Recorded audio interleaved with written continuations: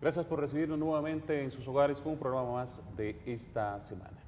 El panorama político costarricense comienza a ser prácticamente una olla de presión que va sacando poco a poco los diferentes aspectos de un panorama que estará decidiendo quién será el próximo presidente de la República. Sin embargo, no podemos dejar de decir que un actor primordial en las últimas elecciones ha sido el abstencionismo. Es un tema que al final tiene que ser tratado y tiene que ser tratado desde diferentes ópticas. Y hoy en el programa de esta semana lo vamos a hacer. Mis invitados, Pablo Barahona, analista político y abogado constitucionalista. Pablo, sea usted bienvenido.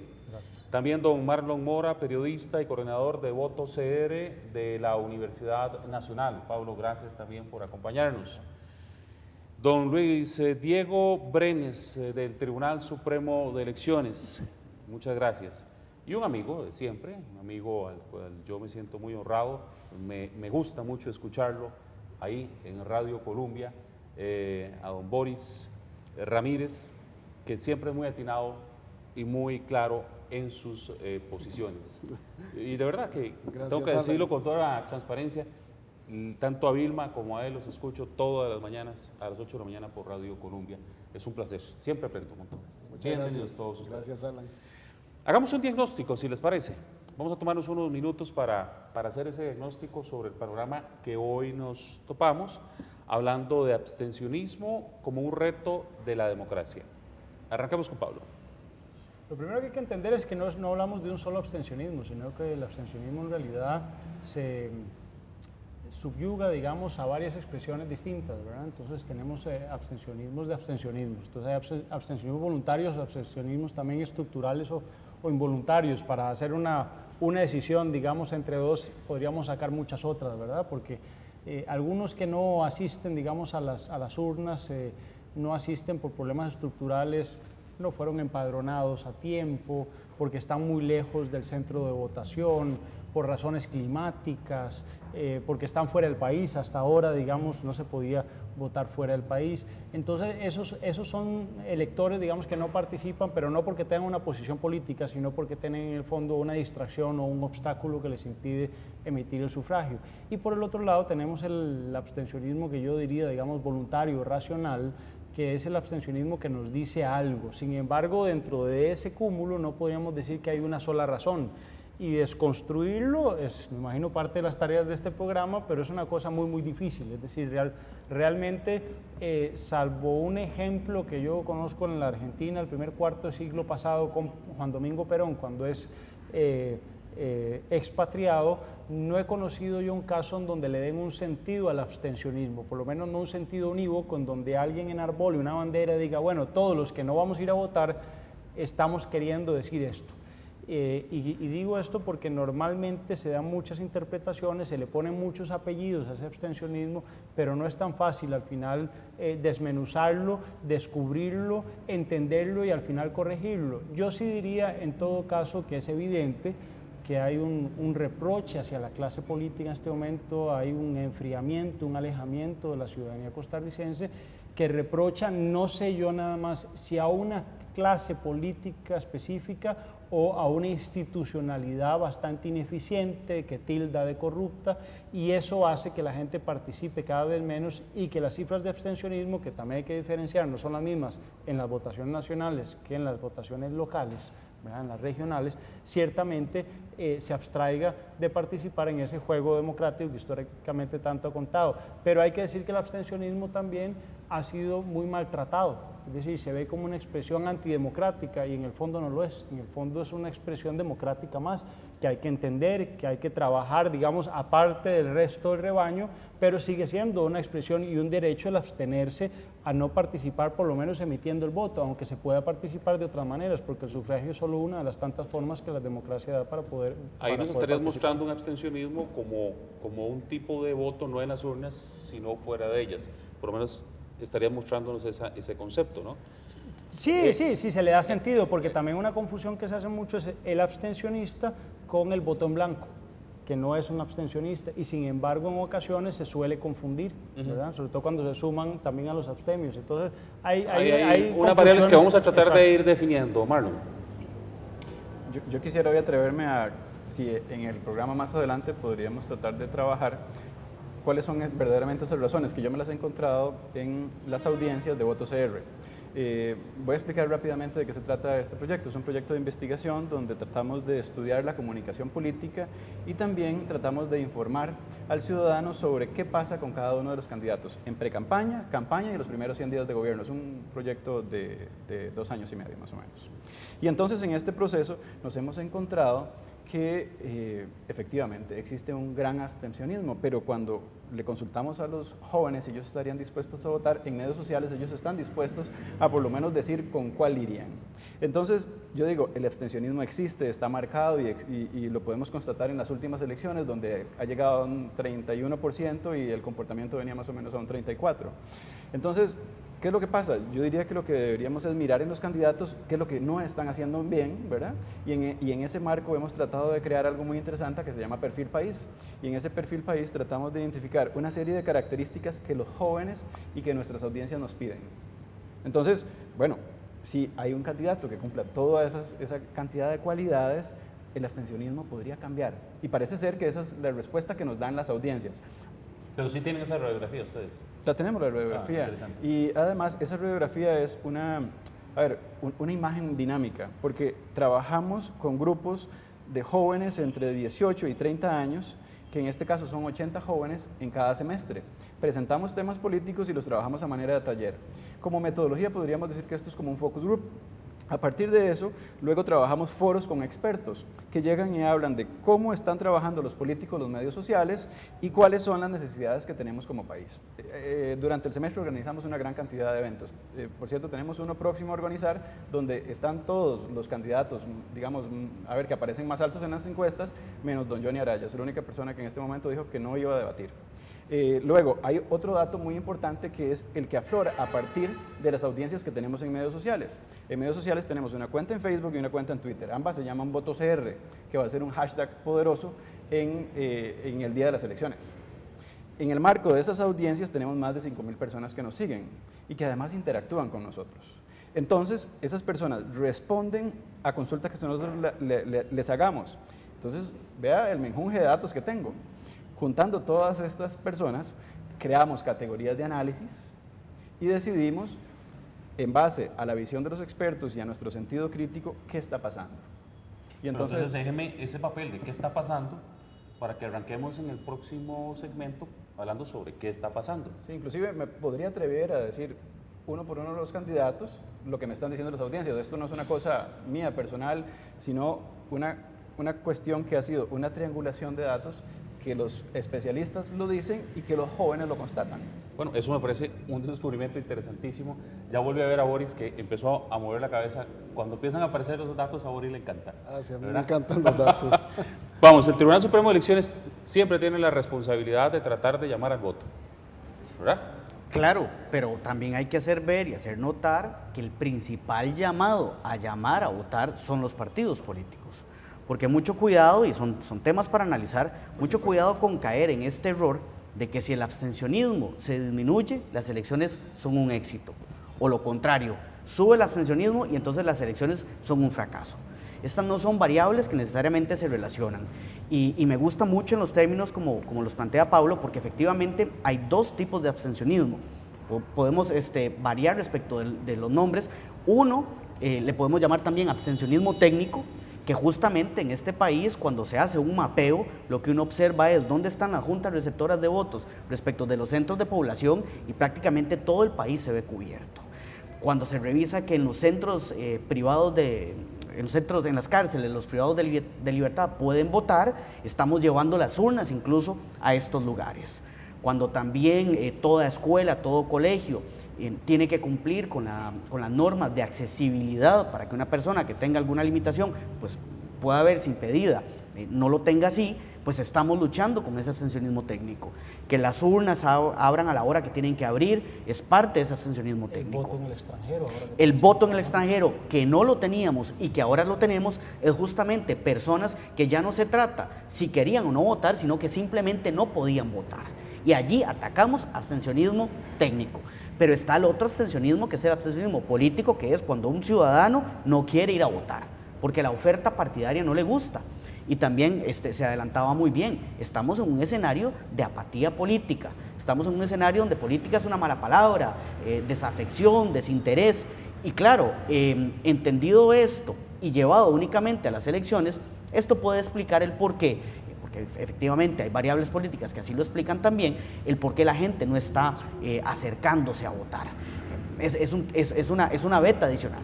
Pero desde el Tribunal Supremo de Elecciones, con este escenario, y hacerlo ver así, importa entonces un llamado a votar, pero principalmente un llamado a un votante informado, a votar con información respecto de los candidatos, porque no estamos en un sistema donde quien no va a votar lo metemos a la cárcel o le ponemos una sanción. Países como Ecuador, que tienen ese voto obligatorio, incluso más bien están revisando cómo habilitarlo, porque tienen un abstencionismo bajísimo. Pero es mucha gente que va a votar para librarse de una multa, es mucha gente que va a votar y no se informa, y entonces finalmente la participación política no está adquiriendo la seriedad, la madurez que no es pensada. Se me acabó los minutitos de este segmento, entonces entra con su agudo análisis Boris en el segmento que sigue. Estamos hablando de abstencionismo como un reto para la democracia. La licencia me la permite, don Boris, pero volvemos con usted. Gusto. Está bien, ya venimos.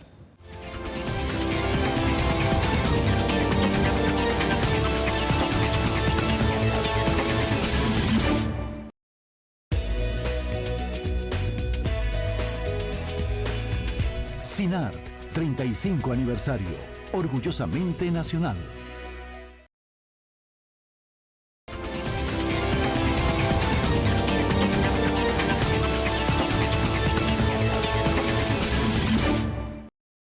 Estos son los clásicos programas en los que yo prefiero no hablar mucho porque tenemos tanto sustento sobre la mesa que de verdad es preferible que los invitados sean los que hablen y ejercer el verdadero periodismo, que es ser meramente un puente.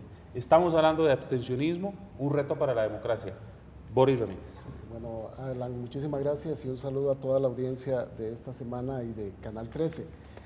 Qué interesante, me llamó poderosamente la atención una explicación que hace Pablo, ¿verdad? Cuando él dice que el abstencionismo es una expresión democrática y siempre lo hemos querido tildar de una manera muy peyorativa, pero además dice que es un reto y es una causa que hay que estudiar y no la hemos estudiado. Cuando teníamos el 18%, que era el abstencionismo histórico en el país, ahí estábamos tranquilos, hasta que nos dimos cuenta que creció un 12%, un 13% en algunas elecciones y ahora anda ahí caminando entre el 30 a 33%. Y entonces, claro, ahí es donde todos nos preocupamos. Pero entonces hay que ver ese descuido que tuvimos del fenómeno del abstencionismo y cuánto de eso se ha alimentado de la apatía, del desinterés, de la desafección, como muy bien explicaba don Diego, que además... El mismo manejo de la prensa.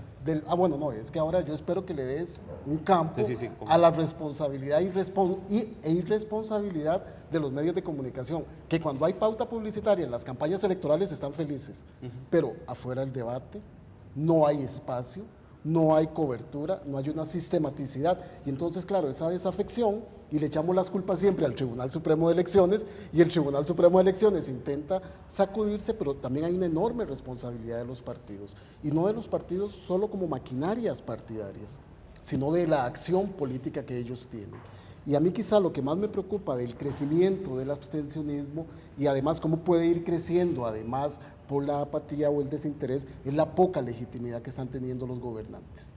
Ya desde ahora sabemos que el próximo gobernante va a tener una poca legitimidad desde las urnas porque hay menos gente. Hay un dato que quisiera compartir con ustedes que a mí me llamó poderosamente la atención desde la preocupación de la última encuesta de Unimer. Y utilizo Unimer porque ellos utilizan una historicidad en las cosas que preguntan. Un 70% de la población tiene diferentes motivos para no querer participar en el próximo proceso electoral a 6 meses que estamos. Hay un 19% de los electores del abstencionismo más radical, un 4% que están casi seguros que no votarán, un 11% de los ciudadanos con una baja probabilidad para votar, 17% no expresan inclinación por ningún candidato y 19% expresan dudas para ir a votar. Entonces, como sociedad, como Estado, creo que nosotros no le hemos puesto atención a esta expresión democrática que es también el abstencionismo. ¿Por qué estamos alejando al elector del proceso más importante que tenemos? ¿Cuál es la responsabilidad que le compete a los partidos políticos? ¿Cuál es la responsabilidad que le compete al Tribunal Supremo de Elecciones? ¿Cuál es la responsabilidad que le compete a los medios de comunicación? ¿Y cuál es la que le compete a los ciudadanos? Y entonces, cuando nosotros hacemos esa mezcla, estamos diciendo, no queremos nada con la política, no queremos nada con los partidos políticos, y se puede generar el terreno fértil para situaciones que nosotros no queremos en el país. Y entonces no significa que tiene que ser obligado a participar. Necesita ser un proceso por medio del cual el ciudadano sienta que hay un compromiso cívico, que hay un compromiso con la democracia, y que ese compromiso debe expresarse en el voto o en el no voto, pero no en el alejamiento, porque no se le está haciendo daño a los partidos políticos, se le hace daño al país. Sí, tenemos, compañeros aquí en la mesa, estamos teniendo un problema de responsabilidad al no entender que sea como sea, alguien va a ser presidente. Sí, sí. Eso es fijo, alguien va a ser presidente. Y si ese alguien no es la mejor persona y yo soy responsable por no haber votado, después no tengo derecho a hablar nada, claro, lo cual se ha dicho muchas veces, pero es la irresponsabilidad de lo que estamos heredando. ¿Estamos teniendo esa irresponsabilidad? Ahora sí es una figura de que estamos en olla de presión cocinando el proceso electoral. Yo quisiera saber que en esa olla estamos echando lo mejor de Costa Rica, pero creo que no. No estamos echando lo mejor para este proceso electoral. Y eso debe ser una alerta para todos los ciudadanos, para todas las instituciones, de qué es lo que estamos echando cada uno de nosotros en esa olla de presión, que no termina con el proceso electoral. No termina. No termina, Jim. Y escuché a Manuel Alcántara, un catedrático de la Universidad de Salamanca, en el programa de ustedes también, inclusive hablando del gran problema que hay en el cruce entre lo económico y lo político. Así, el financiamiento. Ese financiamiento en donde esas falta de claridad enreda mucho. Sí. Hay países en donde inclusive lo que ha sido discutido ya, la pauta publicitaria, lo discutimos aquí, es manejada por el mismo tribunal para evitar problemas, en fin. Son cosas que vamos a tener que ir analizando en diferentes programas. Pero que diga don Diego, cuando llegó al Tribunal Supremo de Elecciones con la propuesta, ¿verdad?, de hacer franjas horarias, y la gente no quiere. Y es que hay que aclarar, porque son varios los frentes. A mí me alegra mucho cuando un instituto de formación y estudios en democracia, el Tribunal Supremo de Elecciones, entiende que más que simplemente llamar a la ciudadanía a votar, lo que hay que hacer es entender que hay que vivir en democracia, y que vivir en democracia conlleva valores de participación, tolerancia, diálogo. Es decir, trascendemos lo que es simplemente, o lo que podría ser únicamente el ejercicio del sufragio cuando así se convoca. Y entonces, claro, el problema es muchísimo más amplio, porque estamos hablando de cultura política, de participación política en términos globales. Pero también cuidado con esos estudios desde el tribunal, porque sí los están. Pasamos de un 18 histórico que llegó hasta el 98 a un 30%, que es más o menos lo que tenemos, y justamente en el 2002, cuando se repite el 30%, en convenios Tribunal Supremo de Elecciones con la Universidad de Costa Rica, se empiezan estos análisis cuatrieniales para revisar quiénes son esos que no votan, quiénes son los abstencionistas.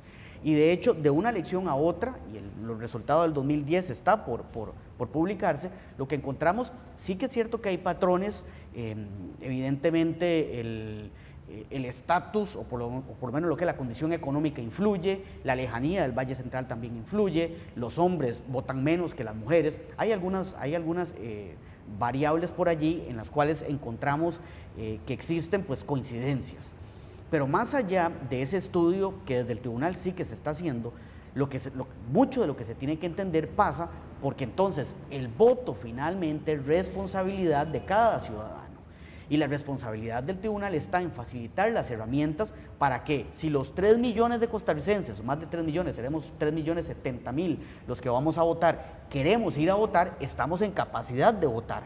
Pero algo muy importante que se planteaba, si solo van 10, esos 10 escogen. Esos 10 escogen. Y entonces, si solo van esos 10, ¿es eso una responsabilidad del Tribunal Supremo de Elecciones? Bueno, si cerró todas las otras urnas, muy probablemente. Pero mucho cuidado entonces con ese ligamen en el que se insiste y no necesariamente es cierto. Y así como entonces tenemos que entender que el fenómeno es muchísimo más amplio, que es multicausal, sí que he puesto y sí que entiendo y sí que defiendo el que votante informado, organismos, ya no solamente electorales, sino partidos políticos, otros frentes, otras asociaciones, estén informando de quiénes son los candidatos, cuál es el currículum vitae detrás de esos candidatos, cuáles son los planes de gobierno. Ojalá tomarnos el tiempo de ir y revisarlo y leerlo para tener un votante que no simplemente asista, sino que razone y que entienda que en el voto incluso puede tener una sanción política, un castigo.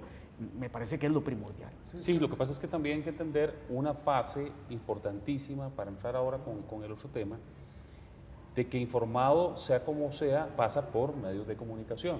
Recordémonos que ahora, ante el volumen de información que existe, que me imagino que a ustedes les pasa igual que a mí, que llega un momento que no podemos ver tantos correos ni poder ver tantas cosas, hay una única verdad al final.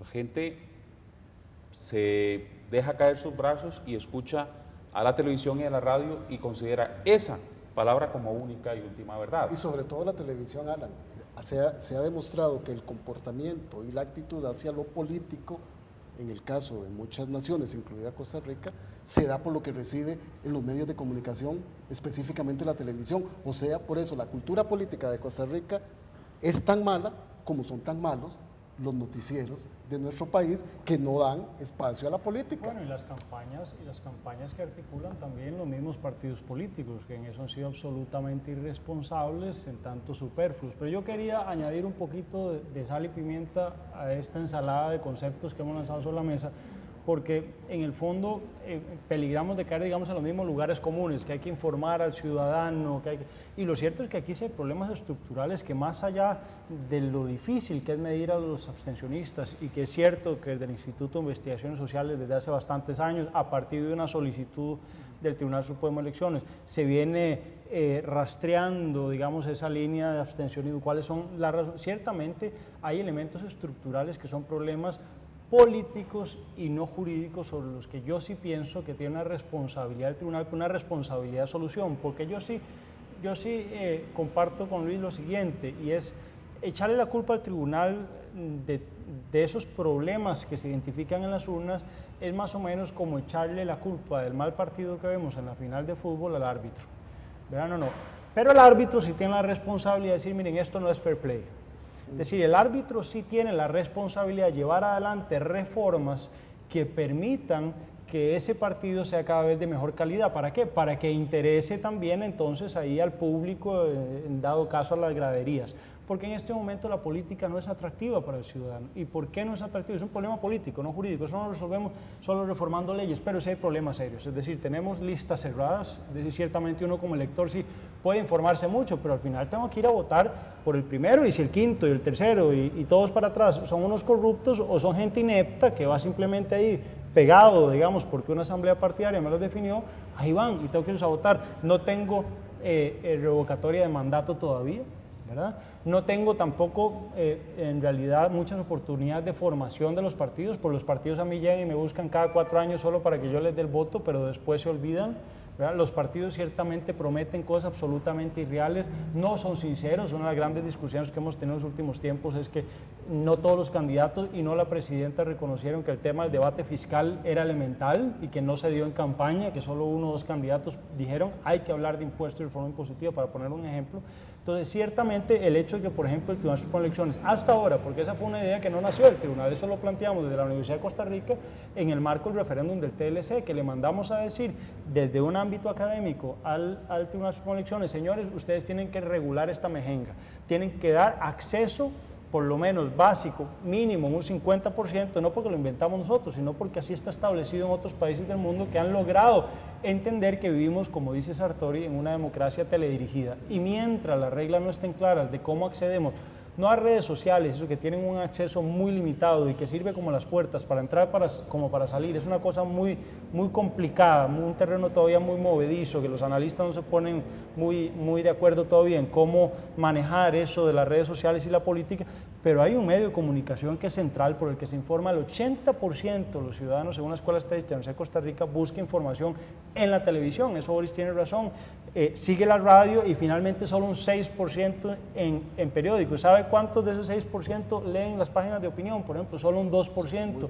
Resulta que de ese 6% la mayoría es sucesos, deportes y espectáculos. Entonces, echarle la culpa a la institucionalidad no, pero que tienen la responsabilidad de amarrar este toro y empezarlo a domar, pues por supuesto, pues la gente no se va a seguir interesando. Pero las reformas que se empezaron a hablar en el 2001 y se aprobaron hasta el 2009, 8 años después, no han sido solo responsabilidad del Tribunal Supremo de Elecciones. No, claro que no. Ha habido un enorme interés del Partido de Liberación Nacional de no hacer las verdaderas reformas electorales que este país necesita. Ahí yo me matriculo con su tesis y le digo que el gran responsable en realidad de que no haya reformas electorales a tiempo en este país es la oposición y principalmente el Partido de Acción Ciudadana. Si yo tuviera que hacer un reproche como analista y sobre todo como estudioso del problema electoral, es precisamente que la oposición lo primero que llega a hacer, sobre todo cuando logra pegar el batazo, como lo dio el PAC en su momento, con un salto de ser la segunda bancada más grande, y no haber sido capaces de reformar las listas, no haber sido capaces de reformar el financiamiento político, el acceso a los medios de comunicación en campaña, el no haberse metido en esos 3 temas, para citar solo 3 temas torales, muchos otros, por ejemplo, la integración del Tribunal Supremo de Elecciones también, si tenía que estar ampliado o no, la creación de una jurisdicción especializada. Vea que usted, el tribunal en el fondo está amarrado a manos. La Constitución nuestra dice que hay un órgano especializado que debe conocer todo lo referente a lo electoral, que es el Tribunal Supremo de Elecciones. Sin embargo, tiene que mandarle todo al Poder Judicial porque es donde está la Fiscalía. La Fiscalía no tiene especialistas, no tenemos jueces penales especialistas en el delito electoral, cosas que ya en otros países están andando, que han dado muy buenos resultados. Ahora, Boris, yo le voy a decir a usted también, hay una gran responsabilidad, y en eso parto lo que decía también Luis Diego muy bien, y es de la ciudadanía, que la ciudadanía no ha estado demandando también, primero, políticos de calidad y una lectura, digamos, histórica suficiente, de tal manera que, por ejemplo, las reformas electorales no tienen por qué pasar por esos mismos partidos políticos, no tenemos por qué pedir el visado al Partido de Liberación Nacional. Lo lógico, esos son temas que deberían ser vistos en consultas populares, pero bueno, esos son temas que hay que ir tratando. También hay que decir que, usted lo dijo ahora, el electorado ha dicho mil y una vez, bueno, es que hay unas listas que me dan, que son unas planchas que me dan y en donde a lo mejor no vienen los que yo quiero que estén. Es que qué difícil porque tenés que escoger o escoger. Sí, no, por eso es que el cocedito de la olla de presión no va bien para la próxima. Exactamente. Déjeme ir a un corte comercial. Cuando regreso ahora sí quiero ver, bueno, cuál es el candidato que la gente dice que le gustaría tener y cómo es el perfil de los que, según el estudio que don Marlon le ha tocado encabezar, pues es. Y de ahí vamos a empezar a desarrollar porque al final la gente hace clic o no hace clic con un candidato, ¿verdad? Porque es correcto lo que decías de las campañas políticas. Hemos visto campañas políticas muy sesudas, ¿verdad? Y hemos visto campañas que con solo, por decir algo, el mensaje de que le voy a dar un abrazo, claro, han sido presidentes de la República. Así que ya hablemos con ese tema.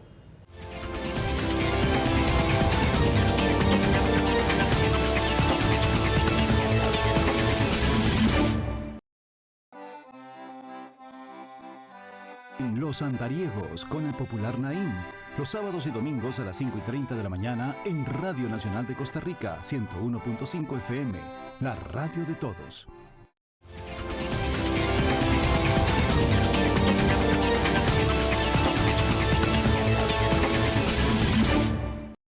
Continuamos hablando de abstencionismo como un reto para la democracia de nuestro país.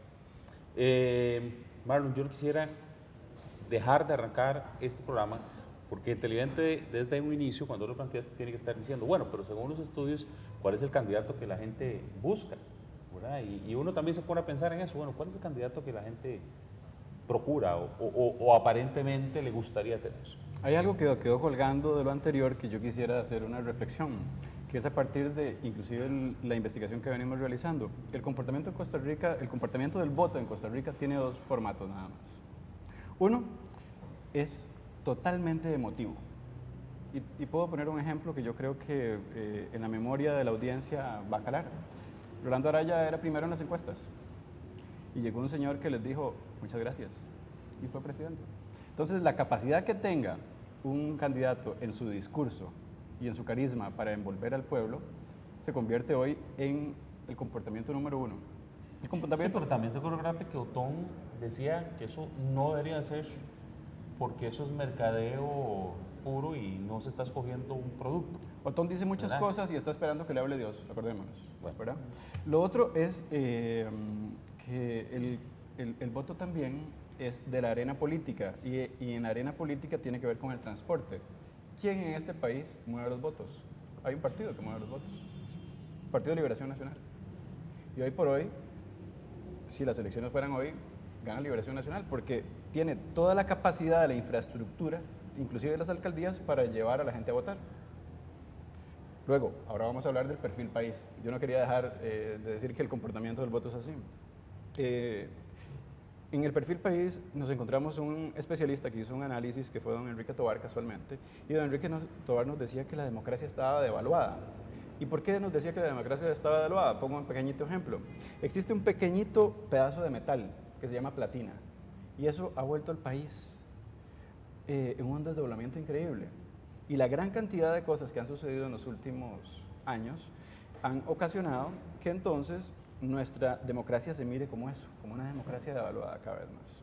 Lo otro es que nos encontramos a candidatos que poco nos hablan y nos dicen de problemas país. Si no les gusta mucho el tema del figurar y el de presentarse como que son lo más adecuado desde la fotografía con el que es vulnerable. Entonces nos encontramos en ese otro escenario la necesidad de que la audiencia dice que es que el candidato le resuelva problemas país importantes. ¿Cómo se arregla la platina? ¿Cómo se arregla esa trocha? Bueno, eso es lo que nos dicen. Luego lo otro que es interesantísimo es que la concepción, al menos... Perdón, ya en la elaboración, permíteme solo para ir haciendo un corte ahí. En la elaboración del muñequito, para ponerle alguna figura, hay un principio inicial que me decís, ok, necesito que la persona que está en medida, ¿cómo va a resolver ese problema? Claro. Ya claro. que no me ande volando por todo lado. ¿Cómo me resuelve esto? No solamente cómo resuelve eso, sino que tenga capacidades y experiencia. Entonces, a ver, según las categorías de análisis que teníamos, lo mirábamos como un profesional.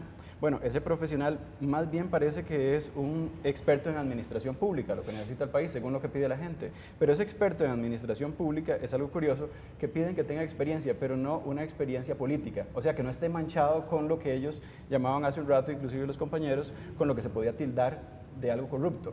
Cuando la gente define política, lo definen como una concepción inclusive muy esterilizada de lo que significa. Pero cuando se habla de político... Yo creo que hoy política es política corrupto. Pero eso no sería correcto. No sería correcto aceptar. Pero la concepción de... A ver, la política es buena. La política es buena, claro. Hay que mirarla de esa manera. Pero cuando la gente... La que no. Cuando la gente define política, lo mira desde su definición, que es una cosa muy académica. Pero cuando se mira en político, o sea, discúlpenme, pero en coro mis 80 estudiantes dicen corrupto. Y lo he probado en foros. ¿Ustedes qué definen como político? La gente dice corrupto. Entonces, ojo, el concepto este que nos trajo Enrique Tovar de la democracia devaluada, verdaderamente eso se da. Y en los 80 no era tan así, ni en los 90 todavía. Pero bueno... Pero no estoy yo tan convencido de eso, porque la democracia devaluada yo tampoco... Sí, y no mucho de lo que usted ha dicho ahora me parece muy nuevo, porque que vivamos lo que los norteamericanos llaman desde los años 50 crowd pleasing candidates, es decir, candidatos que lo que hacen es enamorar a la masa y que en el fondo lo que hacen es saber jugar con las cámaras y poder entonces a partir de convertir las elecciones en un problema netamente mercadológico y masivo. Ese no es un tema, digamos, que estemos sufriendo ahora, ni a partir de Abel Pacheco. Lo estamos viviendo probablemente, yo creo que desde los primeros caudillos y probablemente el surgimiento de la televisión en los 50, pero igual además, déjeme decirle, yo sospecho a veces también de los análisis que se puedan hacer desde la academia, por ejemplo este que se hizo en la Universidad de Costa Rica, porque la respuesta cuando usted entrevista normalmente suele ser la respuesta ideal que dicen los estadísticos, es decir, a usted normalmente le responden desde los términos políticamente correctos, ¿verdad? Entonces el costarricense ha llegado a un punto de inflexión en donde se siente bien consigo mismo sintiéndose mal con la política. ¿Por qué? Porque en el fondo le echa la culpa al tribunal, al Poder Judicial, a la Sala Constitucional, a la Asamblea Legislativa, de todo lo que en el fondo todos tenemos un poco de culpa. En primera primera instancia por no meternos, porque en política no hay sillas vacías, y si yo no lo ocupo, ese espacio, los que llegan a ocupar ese espacio, sea en una regiduría, sea en una alcaldía, sea en una diputación, un ministerio, en un puesto burocrático. Claro, Pablo, pero ahí estarías definiendo, estarías definiendo la naturaleza del ser humano. Sí, o sea, claro, yo no soy el culpable de nada, son los demás. Lo que yo puedo decir es, a partir de un análisis concienzudo, donde existe una triangulación de datos, la gente dice que va a votar por un candidato específico y pide ciertas calidades de ese candidato.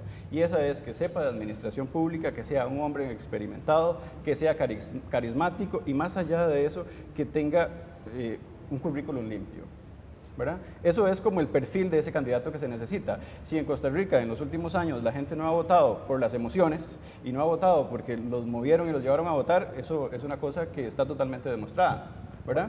Lo otro es que ese perfil país que se necesita tiene que conjugarse con esa olla de presión que tenemos. Esa olla de presión que tenemos hoy por hoy tiene una serie de debilidades que tiene que ser constatada con un currículum que pegue con experiencia y que demuestre que puede solucionar esos problemas país que pide la audiencia. Estaba escuchando con mucha atención que estás atendiendo este proyecto con jóvenes, ¿verdad? Y entonces es tan importante no llevarlos a la relativización, que es lo que llevamos siempre todo. ¿Por qué? Porque Costa Rica no es solo el problema de la platina. Costa Rica no es solo el problema del perfil de un candidato. Porque así, ¿verdad? Es que cuando vos dijiste que la democracia estaba devaluada, yo no creo que nuestra democracia esté devaluada. Eso es a partir de los foros de expertos opinan sobre ciertas razones que encuentran en el país. Y entonces nuestros expertos que llegaron, en este caso periodistas, politólogos y gente que se mueve en las ciencias políticas inclusive, opinan que la democracia está evaluada por una serie de actos, ¿verdad? Sí, claro. No, y pueden estar de acuerdo o no, pero es una posición desde una de las personas que la calificación es lo que es peligroso. Y esto no es una concepción de los jóvenes. Los jóvenes piden un candidato. Y ese perfil de candidato es lo que quieren. Que ese candidato para ellos sea potable o no, es una serie de condiciones que podemos examinar. Por ejemplo, el candidato más potable hoy para los jóvenes es José María Villalta. Sí, ese es el candidato más potable para ellos, pero paralelamente a ese candidato más potable también existe una gran cercanía de las audiencias hacia un candidato que se muestra como un candidato que para ellos es la avioneta Z. Por condiciones etarias, pero cuando vos decís, yo estaría muy preocupado si aquí don Luis Diego nos estaría diciendo que hay problemas estructurales del tribunal para no poder hacer las elecciones. Entonces no podemos hablar de una democracia devaluada cuando funciona la sala constitucional, cuando funciona el Tribunal Supremo de Elecciones, cuando funcionan la mayoría de las instituciones. Entonces, muchas veces ese mensaje repetido, y vos lo sabes comunicacionalmente, podría dar la apariencia de verdad. Y entonces ahí es donde yo diría, ¿verdad?, que me parece súper interesante que lo estés evaluando con jóvenes, pero que además que puedan conocer el trasfondo de lo que significa este país, de los verdaderos retos que tenemos nosotros, que son retos en educación, que son retos en salud, que son retos en cómo luchar para quitar esos odiosos números que tenemos de desigualdad. Esos son necesidades país. Las necesidades país pueden estar en educación efectivamente, pero hay otras cosas que tienen que comprenderse, que han sido una gran cantidad de malas prácticas que han tenido nuestros gobernantes, que la gente las mira así. Pero al final no estamos hablando más bien de una democracia que desde la óptica de la responsabilidad del votante está desalineada.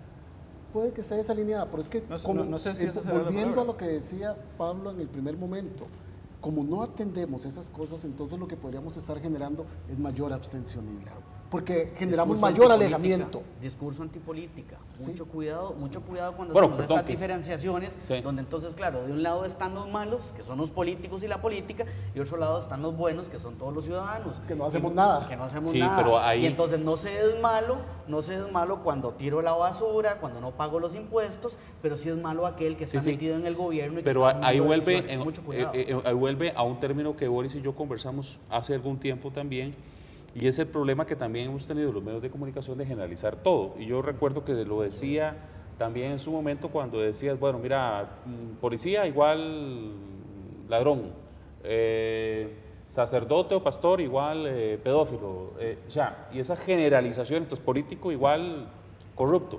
Y esas generalizaciones que muchas veces surgen de los medios de comunicación, Boris, han creado un ambiente en donde todo el mundo se guinda. Cuando la responsabilidad es mía, todo el mundo se guinda de eso aquí para tenemos guindarse. la posibilidad de presentar datos. A ver, si presentamos los datos, esos son los que se están dando. Pero es que yo sobre eso y es que tengo precisamente llamar la atención, porque quería hacer rato hacer un paréntesis. Es una sobre-racionalización, me parece a mí, de la política, porque no estás curando tu muestra. Es decir, ustedes están partiendo de un foro académico, pero cuando vos hablas, no hablas de jóvenes académicos con oportunidad de educación, sino que esto es lo que los jóvenes están pidiendo. Y ahí es donde me parece que Boris te llama la atención sobre tengan cuidado con el discurso, porque yo, para volver al tema germinal de este programa, si hablamos de abstencionismo, hay 1000 causas, creo que así lo introdujimos, es decir, no podemos pensar que el estudiante conspicuo que se interesa por estos temas en la hay que escuchar a esa audiencia para saber por dónde tenemos que ir, y en el marco de saber cómo lo escuchamos, es fundamental pero no vociferar como si fuera lo que la ellos están diciendo. generalización, como si esa fuera la voz general, porque ese es el problema, que bien no sé si planteaba lo será. ahora, de que todos los jóvenes, digamos, de alguna manera están pensando de esa manera, y son pocos los jóvenes que tienen en realidad oportunidad de educación superior, y son muchísimo menos los que además pasan por educación superior, se mantienen además después en educación postsuperior, ¿verdad?, con posgrados y demás, y que se interesan además por la política. Esos todavía son más raravis, y que se interesan por la política ni siquiera para participar, sino para estudiarla, para leer páginas de opinión, para, como bien decía Luis ahora, leer programas de gobierno o participar de encuestas o de simposios como los que ustedes hacen. Yo quería por eso plantear, digamos, en un paréntesis de lo que Boris bien señalaba. Yo creo que hay que entender también que hay mucha gente que simplemente está en operación arroz y frijoles. Es decir, la gente está ocupada, estamos viviendo una realidad muy dura, es decir, a nuestros padres, a nuestros abuelos les tocó mucho más fácil que a nosotros en términos económicos. Criar una familia era mucho más fácil, era más accesible todo. Vivimos en uno de los países más caros de América Latina, y la gente ciertamente hoy tiene una prioridad elemental, que es sobrevivir. Entonces, hay mucha gente que no se está ocupando también, y ahí es donde yo decía que tal vez incluso yo podría caer en la sobre-racionalización de buscarle siempre un fondo a esa opinión negativa sobre la política. Yo no participo porque no me gusta cómo están manejando las instituciones las cosas, porque hay mucha corrupción, porque la platina. Hay gente que ni siquiera se entera de esas cosas, que no le importa, que está muy ocupada viendo con programas de concursos en la televisión, y que vive pegado a la televisión como una chupeta, no para ver televisión, digamos, informada, inteligente, sino para ver, que no ve este tipo de programas, que probablemente apenas nos ve, da el perillazo porque le aburre.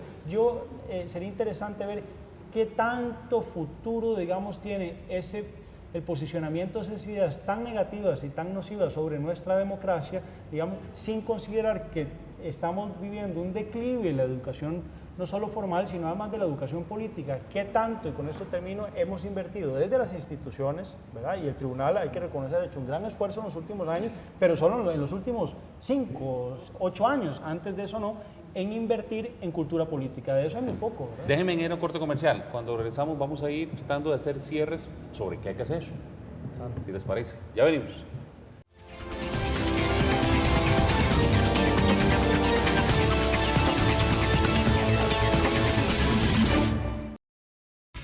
Estamos cambiando para usted.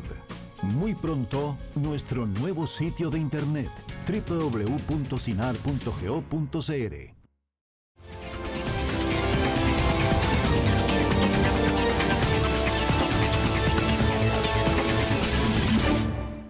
Bien, contamos con el programa de esta semana. Polémica siguió acá y seguíamos. A ver, se me vino una cosa a la cabeza y no quiero dejar que Diego hable, porque hace rato está con el pecho así como que tiene que decir dos cosas. Pero me quedé con un pensamiento ahora, y lo decía para la reflexión en el corte comercial, y bueno, y nos pusimos a hablar del tema. Antes, la decisión de ir a votar, simple y llanamente, inclusive toda una familia votaba porque el Guayacán decía por quién era que había que votar, y se acabó. ¿Será que ahora tenemos tanta información y que conforme haya más información la gente decide no ir a votar o sí ir a votar? No sé, me quedo con esa sensación, pero no puedo dejar de darle la palabra a Luis Diego, porque si no... Y vamos inmediatamente ligados con esto, porque estamos hablando de abstencionismo. O sea, en los 90, Suiza, Estados Unidos tenían niveles de abstencionismo en un 50% y más. O sea, Suiza, que es muy conocida por sus consultas populares y constantes referéndums, no todo el mundo participa. Y hay ciudadanos que deciden con razón para ello no participar porque entiende que está bien delegada la representación que hizo, incluso, o porque está tan ocupados en sus cosas donde las decisiones políticas las dejan otros. Entonces, mucho cuidado con que abstencionismo sea una mala palabra por sí sola, como se planteaba al inicio. Cuidado porque no necesariamente. Y cuidado, ya estamos ante una democracia que, como muchas otras, llega a un nivel de madurez donde es cierto que no todos están entretenidos y ocupados de ella, porque no lo pueden estar, pero donde también entonces cobra mucha validez en quién se delegan algunas decisiones. Aquí me parece que lo medular es entender que efectivamente hay un fenómeno que tiene orígenes multicausales. Desde el Tribunal Supremo de Elecciones, desde el 2002 se han realizado estudios. Sí que desde el 2001 me dio una propuesta interesante donde ya se advertía algo de las franjas. No exactamente como finalmente se presentó en el mes de abril de este año, pero ya se adelantaba. Pero aquí me parece que es clave. O sea, el Tribunal Supremo de Elecciones es organizador, es juez, es cuasi legislador porque interpreta, pero no podemos tampoco entender que el magistrado del Tribunal Supremo de Elecciones tiene la curul de diputado. Mucho cuidado porque finalmente, aunque sean iniciativas del propio tribunal, pasan a un foro, a una arena que por excelencia es la Asamblea Legislativa para aprobar este tipo de medidas. Hablábamos del voto preferente, se le consultó al Tribunal Supremo de Elecciones, el Tribunal Supremo de Elecciones dejó entrever que era una decisión política por excelencia. No obstante, acompañó con foros, acompañó con debates, con publicaciones en su revista Derecho Electoral, su pensar e incluso las posiciones de otras latitudes. Y así lo ha hecho con franjas. Y para aportar al debate de franjas, 6.000 millones de colones es lo que gastan los partidos políticos solo en radio y en televisión. Y de hecho, desde Colombia se hacía una observación muy interesante. 1/3 es radio, 2/3 son televisión. Ese gasto de los partidos políticos solo en radio y televisión es lo mismo que le cuesta al Estado, al Tribunal Supremo de Elecciones, hacer unas elecciones. Y cuando se plantea en un debate que busca ser equitativo, que busca mayor equidad, que busca abaratamiento de las campañas, la respuesta ha sido de pedir las cabezas de algunos voceros que andan defendiendo esa propuesta. La propuesta no ha sido contrapropuestas como estas de revisar si se gasta por igual, o cuál es la otra propuesta. Y aquí, cuidado con que no se gaste con igual. matar al mensajero porque trae malas noticias, como sucedía con el financiamiento. Bueno, plantea el tribunal una propuesta y lejos de entrar a debatirla y discutirla, donde podríamos no estar de acuerdo con algunas cuestiones porque tampoco estaba escrita en mármol, lo cierto es que más bien la reacción fue de absoluto rechazo, de repudio, porque efectivamente están en juego comerciales, están en juego pautas y están en juego también cómo cada partido político desde su posición puede aprovecharse más o menos de las reglas del juego. Las empresas televisivas privadas no quieren que se gaste igual, ¿verdad? Porque el pastel se lo están comiendo ellos. Y entonces, volviendo a esto, ¿verdad? La semana pasada Sid Gallup dio a conocer unos datos, porque cuando la gente dice que es que el costarricense no quiere participar de la política, yo también tengo algunas dudas. Daba estos datos en el foro de la competitividad y dice que cómo mejoraría el país, hace la pregunta, y un 52% de los costarricenses dice que tenemos que mejorar la gobernabilidad. Un pueblo que no participa en política y que no está activo y que no cree en un sistema democrático no tendría ese nivel de respuestas. ¿Cuál es la segunda? El 44% se urge de una reforma fiscal. El 41% dice que hay que buscar más eficiencia en el sector público. El 39% dice que debe haber un mejor reparto de la riqueza y un 25% de la infraestructura. Por eso era mi observación, Marlo.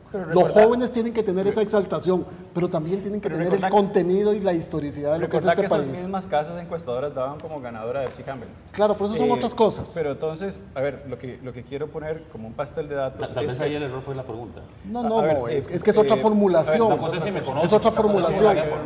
Nuestra gran preocupación es tratar de informar a la gente sobre cada uno de los candidatos. Y en ese marco hay una página web que informa sobre cada uno de los candidatos. Y las personas van a saber cómo acceder a sus correos electrónicos, a sus medios sociales y diferentes, digamos, cosas que serán importantes el día de las elecciones. Pero es fundamental que nosotros le consultemos a ellos cuáles son los problemas país que tenemos. Pero imagínate que vos decís que Johnny Araya no quiere ya participar en los debates de este perfil que están ustedes creando. Eso es lo que la ciudadanía tiene que empezar a ver. ¿Cuáles son realmente esa rendición de cuentas para llegar a ocupar un puesto tan relevante como la presidencia de la República? Pero vamos a insistir en que participe. Si la primera respuesta fue no, esa es la inicial. Hay una experiencia. Un segundito, para terminar, digamos, esto que es fundamental. Los datos están curados, los datos están limpios. No empezamos a hacer investigación ayer en la Universidad Nacional. Entonces eso tiene que quedar como muy claro. En el marco de lo que ellos digan, yo voy a tener que decir que arrojan esos datos. Y si esos datos arrojan que ellos, definen que existen una gran cantidad de problemas que enfrenta el país, hay que decirlos. Lo otro es el tema del abstencionismo, donde definitivamente la base es informar y darle acceso. Tanto así que para el día de las elecciones vamos a tener la posibilidad que cada uno pueda acceder desde su teléfono a una aplicación que va a decir Voto CR, y en ella van a saber dónde ir a votar. Esos son elementos fundamentales, pero no hay que satirizar esa visión que tienen los jóvenes sobre los problemas país que tenemos. Por eso son condimentados con la visión de gente experta que opina al respecto de esos temas. Diferenciar estas de las que tiene el tribunal, ¿verdad? También, porque entramos a la página web del tribunal y ahí sí que tenemos también dónde votar, o el 1020, número telefónico. Y lo digo porque bienvenidas estas iniciativas se pueden ligar. No, pero lo digo para aclararlas. Y también solo para insistir, en las elecciones municipales ya el tribunal inició con esta modalidad de presentar el currículum, el plan de gobierno de los partidos políticos. Y cuando alguno no lo hace, la misma presión social lo lleva a que cumpla con ello, que es una de las experiencias exitosas de las elecciones municipales que se repite ahora, porque toda la plataforma de internet del tribunal, redes sociales por igual, sí que está involucrada con un elemento importantísimo principalmente, y plataformas como estas más que bienvenidas para el votante en el extranjero. Pero ojo que aquí hoy se dijo algo que podría resultar grave y que yo jamás estaría de acuerdo en afirmar, y es casualmente que hoy los costarricenses que nos están mirando, estoy seguro que saben dónde están parados. Y hoy acá se dejó entrever que posiblemente los costarricenses estaban más pendientes de los programas de espectáculos que de otra cosa. Nosotros tenemos un televidente, una audiencia que es inteligente. Y esa es la visión que tenemos nosotros como investigadores también cuando trabajamos con esta gente joven. No me quiero ir, porque me quedan pocos minutos sin decir o que planteemos, bueno, ¿y qué se hace? ¿Qué se hace desde los medios, Alan? Sí. Está diciendo Marlon que tenemos una audiencia inteligente. Los medios tienen que darles productos inteligentes. Porque si uno hace una revisión de la parrilla de nuestros medios de comunicación, estamos en absoluto déficit. Pero la empresa estamos en absoluto va por las encuestas, va por las mediciones, claro, y por los anuncios de la campaña, y por los anuncios, entonces estamos en absoluto déficit. Yo, que es el mundo que más conozco, los medios de comunicación de Costa Rica están en absoluto déficit con la democracia costarricense. Están en deuda, y yo a eso me refería cuando uno ve, pues a mí me parece la visión de Marlon, vamos a ver, romántica, pero también es decir bastante acientífica. No hay datos curados. No puede haber, claro, digamos, en ciencias sociales un 100% escepticidad, y eso de expertos en derecho electoral, creo que en Costa Rica, salvo este señor y unos 3 o 4 que han salido del país y algunos magistrados que tienen rato estar aprendiendo en el tema, no hay muchos que han tratado realmente el tema, sin demérito que haya politólogos y abogados, digamos, que orbitalmente a veces, digamos, se interesen por estos temas. Pero a mí me alegra mucho porque tenemos dos periodistas conscientes sentados a la mesa reconociendo que acá el gran trabajo es a nivel de medios de comunicación. Nosotros vivimos en una sociedad masificada. Es decir, los medios de comunicación, cuando usted le pregunta a los directores de esas televisoras por qué es que nos están dando televisión basura en un 90% de su parrilla de programación, ¿verdad? Salvo canales estatales como el 13, como el 15, que hacen un trabajo excepcional que no va dirigido al rating, sino a culturizar, la respuesta que le dan es porque eso es lo que está demandando el público. Mentira, y tanto así, mentira, Pablo. sí, no, pero un resumen, las mediciones de audiencia, ciertamente, Pero se mueven por la medición de audiencia. sí le dicen que hay... Perdón, es que me quedo impactado. No, claro. Me quedo impactado porque quiero oír la respuesta de Boris. O sea, es que esa es la ellos van por oferta que hay. medición. Es que es la oferta. Entonces miden la audiencia sobre la oferta. No, pero también sobre la misma demanda, porque déjeme decirle a usted que cuando usted cruza eso con lo que están demandando también en los otros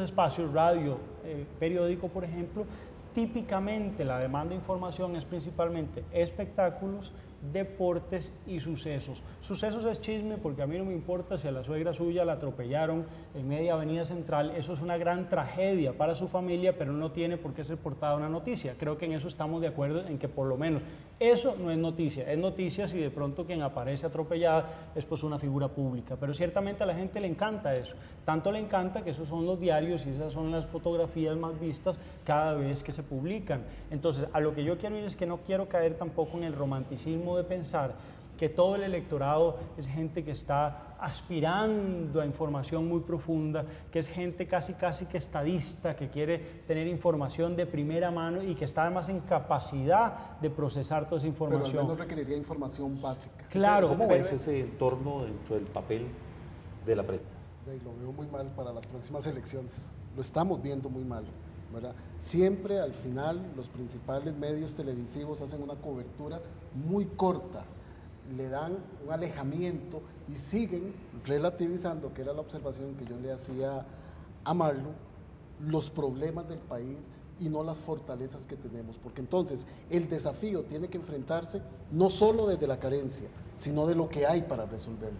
Y pareciera que estamos más siempre viendo la carencia y no estamos viendo los materiales humanos, los recursos que tenemos y una democracia sólida como la que tenemos para resolver los problemas. Y entonces ahí el papel de los medios de comunicación, vuelvo a insistir, es deficitario con la democracia costarricense y no se vale teniendo condiciones que le da el mismo país para que le respondan de esa manera al ciudadano y que lo traten de la forma en que lo tratan informativamente.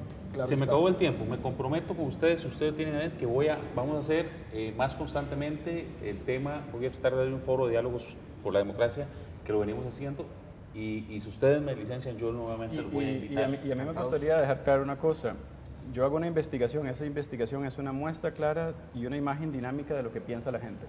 Si hay alguien que piensa lo contrario, bienvenido sea, pero los datos valen y se potencian desde una investigación concienzuda. Muy bien, muchas gracias a todos, muy por la gentiles. invitación, ¿no? Y gracias a ustedes que tuvieron la amabilidad de estar con nosotros en el programa de esta semana. Y como siempre, que Dios bendiga los hogares de todas y cada una de las personas que habitamos este precioso país.